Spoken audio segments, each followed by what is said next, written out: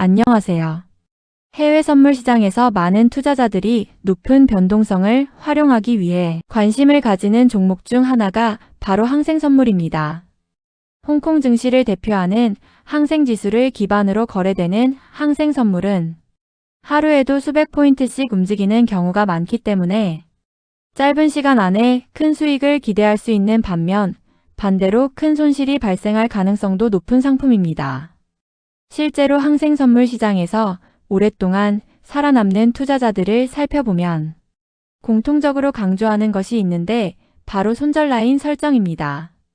많은 초보 투자자들은 진입 타점 찾기에만 집중하지만 수익보다 중요한 것은 손실 관리라는 사실을 간과하는 경우가 많습니다.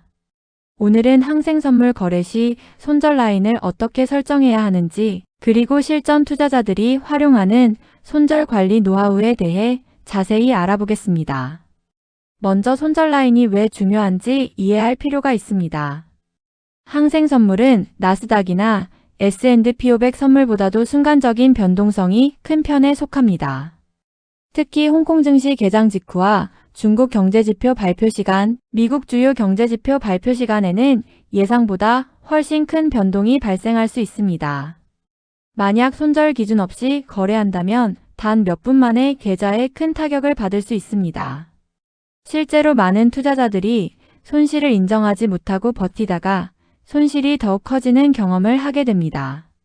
손절 라인을 설정할 때 가장 먼저 고려해야 하는 것은 계좌 규모입니다. 손절은 차트만 보고 결정하는 것이 아니라 내 계좌가 감당할 수 있는 손실 범위 안에서 정해야 합니다. 예를 들어 한 번의 거래에서 전체 자산의 12% 이상 손실을 허용하지 않는 원칙을 세우는 투자자들이 많습니다. 만약 계좌 규모가 1천만 원이라면 한 번의 거래에서 최대의 손실을 10만 원에서 20만 원 수준으로 제한하는 방식입니다. 이렇게 손실 한도를 먼저 정한 뒤 차트상 손절 위치를 찾아야 장기적으로 안정적인 거래가 가능합니다. 두 번째는 지지선과 저항선을 활용하는 방법입니다. 항생선물은 기술적 분석이 비교적 잘 적용되는 시장 중 하나입니다. 상승 추세에서 매수 진입을 했다면 최근 저점 아래를 손절 라인으로 설정할 수 있고, 하락 추세에서 매도 진입을 했다면 최근 고점 위를 손절 라인으로 설정할 수 있습니다. 중요한 것은 자신의 예상이 틀렸음을 인정하는 가격에 손절을 배치해야 한다는 점입니다. 단순히 손실이 싫어서 너무 멀리 손절을 설정하면 의미가 없습니다. 세 번째는 ATR이라는 변동성 지표를 활용하는 방법입니다. ATR은 시장이 평균적으로 얼마나 움직이는지를 보여주는 대표적인 지표입니다. 최근 항생선물의 변동성이 큰 시기에는 ATR 수치가 높게 나타나기 때문에 평소보다 넓은 손절폭이 필요할 수 있습니다. 반대로 시장이 비교적 안정적인 흐름을 보일 때는 손절폭을 좁게 설정할 수 있습니다. 시장 상황에 따라 손절 기준도 유연하게 조정하는 것이 중요합니다. 많은 초보 투자자들이 범하는 실수 중 하나는 손절 라인을 계속 수정하는 것입니다. 처음에는 100포인트 손절을 계획했지만 가격이 불리하게 움직이면 150포인트로 늘리고 다시 200포인트로 확대하는 경우가 있습니다. 이런 행동은 결국 큰 손실로 이어질 가능성이 높습니다. 손절은 진입 전에 이미 정해져 있어야 하며 거래 중에는 감정적으로 변경하지 않는 것이 중요합니다. 또 하나 중요한 부분은 시간 손절 개념입니다. 가격 손절만 생각하는 투자자들이 많지만 일정 시간이 지나도 예상 방향으로 움직이지 않는다면 손절하는 것도 좋은 전략이 될 수 있습니다. 예를 들어 단기 매매를 목적으로 진입했는데 1시간 이상 횡보만 반복하고 있다면 시장 판단이 틀렸을 가능성을 고려해 포지션을 정리하는 것입니다. 실제 전문 트레이더들 중 상당수가 가격 손절과 시간 손절을 함께 활용하고 있습니다. 항생선물 거래에서는 경제지표 발표 시간도 반드시 고려해야 합니다. 최근 시장은 미국 연준의 금리 정책, 중국 경기 부양책, 홍콩 증시 관련 정책 변화 등에 매우 민감하게 반응하고 있습니다.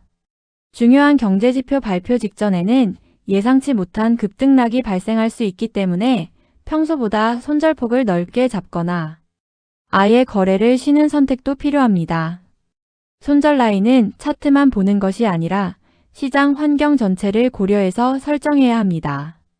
실전 투자자들이 자주 사용하는 또 다른 방법은 부분 청산 전략입니다. 목표 구간까지 일부 수익이 발생하면 절반 정도를 청산하고 나머지 물량은 본전 손절로 이동시키는 방식입니다. 이렇게 하면 시장이 갑자기 반대로 움직여도 최소한 손실 없이 거래를 마무리할 수 있습니다. 특히 변동성이 큰 항생선물에서는 상당히 효과적인 리스크 관리 방법으로 평가받고 있습니다. 손절 라인을 설정할 때 절대 해서는 안 되는 행동도 있습니다. 대표적인 것이 물타기입니다.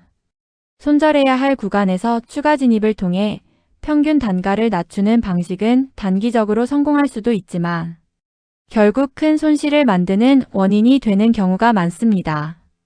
항생선물처럼 변동성이 강한 시장에서는 예상과 반대 방향으로 추세가 강하게 이어질 수 있기 때문에 손절 기준을 무시한 물타기는 매우 위험한 전략입니다.